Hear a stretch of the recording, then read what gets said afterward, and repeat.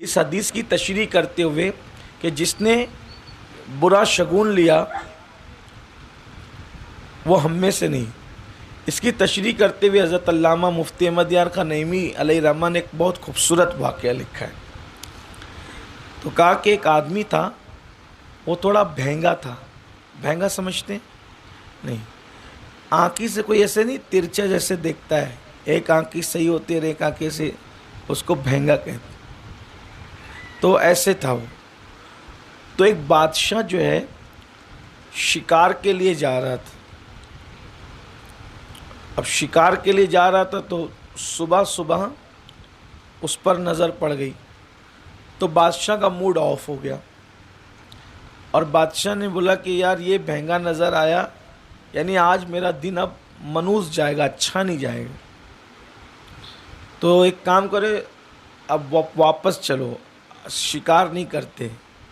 اور اس کو پکڑ لیا بھینگے کو، کہا کہ تم کمبخت نظر آ گیا اور اب جو ہے وہ ہمارا دن اچھا نہیں جائے گا۔ اس نے بولا بادشاہ سلامت، آپ بادشاہ ہیں، آپ مجھے مار بھی ڈالیں تو آپ کو کون کیا کہے گا، میری گزارش ہے مجھے قید کر دو۔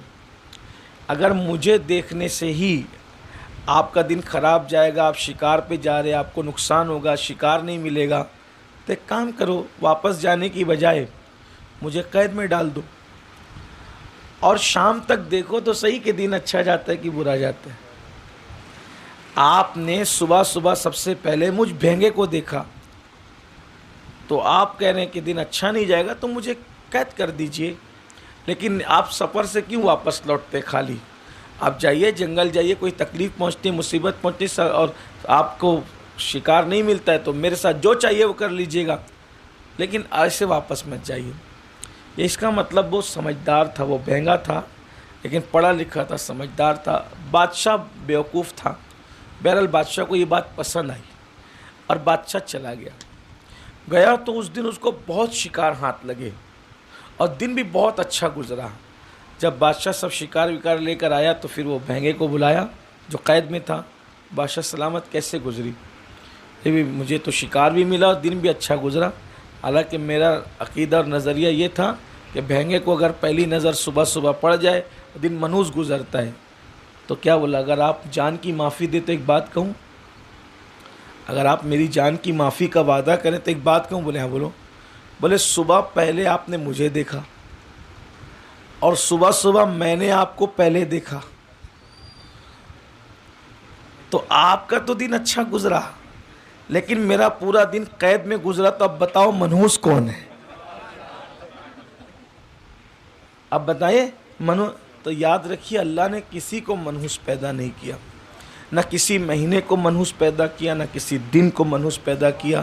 ہر مہینے میں شادیاں ہو سکتی ہے، ہر دن شادی ہو سکتی ہے، اسلام اور شریعت نے اجازت دی ہے۔ تو یہ جو ہمارا دل و دماغ کے اندر اس طریقے کی جو باتیں ہیں، تو اسلام جو ہے اس کی تائید نہیں کرتا، اسلام اس کی حمایت نہیں کرتا۔ اور یہ جو ساری چیزیں پیدا ہوتی ہے نا، توہم پرستی کی جو چیزیں پیدا ہوتی ہے، اس لیے پیدا ہوتی ہے انسان کے دل و دماغ میں کہ اس کو علم نہیں ہوتا۔ علم کا فقدان سارے جرائم کی جڑ ہے، علم کا فقدان ہر برائی کو جنم دیتا ہے۔ اگر انسان کے پاس علم آ جائے تو پھر انسان ان ساری چیزوں سے نکلتا ہے۔ آج کل دیکھیے ہمارے گھروں کی عورتوں کے اندر بھی اس طریقے کی بہت ساری باتیں جو ہے وہ معاذ اللہ مشہور ہے، اور ہمارے گھروں کے اندر یہ ساری چیزیں چلتی ہے، بچے اس سے متاثر ہوتے ہیں، بچوں کے اندر وہ فکر پیدا ہوتی ہے۔ تو ہمیں اپنے گھروں کے اندر یہ ساری چیزوں کو نکالنا ہوگا۔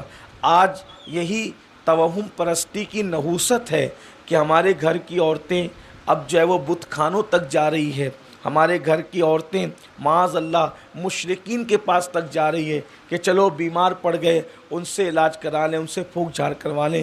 اللہ کے رسول صلی اللہ علیہ وآلہ وسلم نے ارشاد فرمایا کہ جو کسی جادوگر کے پاس جائے گا 40 دن تک اللہ نہ اس کی نمازیں قبول کرے گا، نہ اس کی دعائیں قبول کرے گا، اور اگر اسی حالت میں وہ مر جائے تو گویا کہ وہ کفر کی موت مرا۔ آپ غور فرمائیں۔ تو یہ سب توہم پرستی کا نتیجہ ہے۔ علم کی طرف آئیے۔